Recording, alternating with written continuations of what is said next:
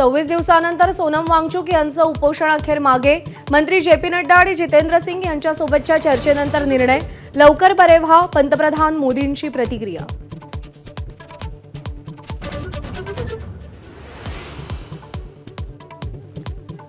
सोनम वांगचुक यांनी उपोषण मागे घेतल्यानंतर सीजेपीकडून आनंद व्यक्त। मात्र शिक्षण मंत्र्यांच्या राजीनाम्यापर्यंत आंदोलन सुरूच राहणार, अभिजित दिपकेंची घोषणा।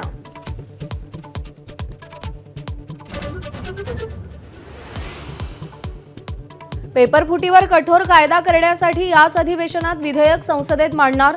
आजच्या मंत्रिमंडळ बैठक मसुद्याला मंजुरी देणार। मध्यरात्री पंतप्रधान मोदींचा व्हिडिओ संदेश।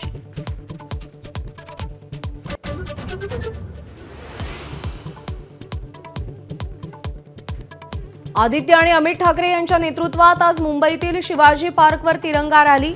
जंतर मंतरवरील विद्यार्थ्यांच्या आंदोलनाच्या समर्थनार्थ ज्युनियर ठाकरे बंधू मैदानात।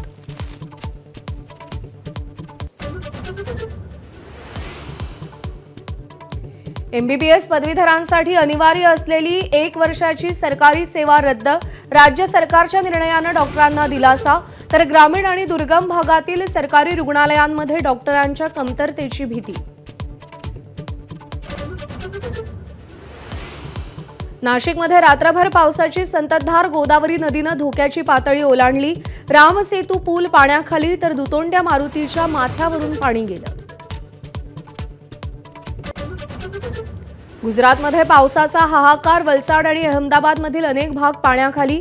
वलसाड आणि खाकवाड्यात अडकलेल्यांचं एनडीआरएफकडून रेस्क्यू ऑपरेशन।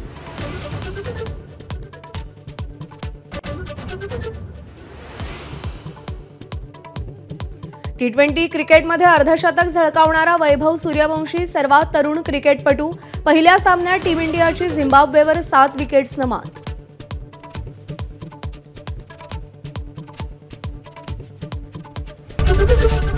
एबीपी माझा, उघडा डोळे बघा नीट।